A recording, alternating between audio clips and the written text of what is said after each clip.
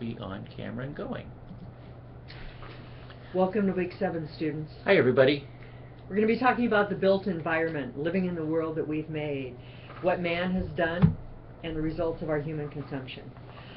The assignment due this week is actually at 12:01 a.m. on Monday, October 13th, a minute after your post for the discussion. And that was purposeful in the sense that the gradebook can only take one assignment at a time. So feel free to submit your walkabout assignment. This is where you get a chance to show your peers where you live or where you work and address those environmental hazards, both the good and the bad about your environment.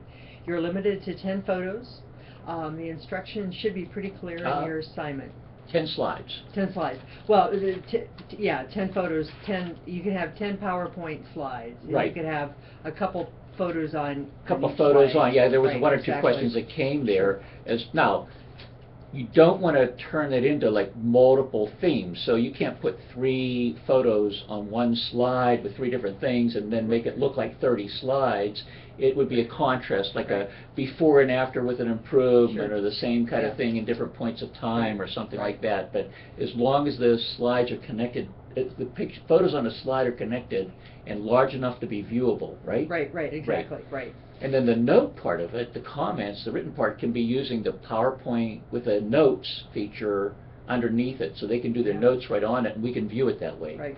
Perfect. There are different ways to use your own creativity and how to do this, but the opportunity is there, and I think you'll learn a lot. So then what's going to happen on actually Monday at 12:01 a.m. on Monday, October 13th, is that when you submit your walkabout assignment, you should receive a message, pop-up message, saying we've received your assignment, and then you will be given the name of one of your peers, and you'll be able to look at their walkabout. And in week 8 is when you answer some questions in the discussion about their walkabout assignment. So that's how we're matching it up. It becomes pretty unwieldy for this many students to be previewing everybody else's walkabout assignments. So that was what kind of the limiting factor to make it more doable in the sense of the class size. And I think I may have an odd number of students, which would then mean the last 3 to come through would be matched, I guess, as 3, and then you respond to, 3 something. But yeah, just if you have any questions or problems, let us know.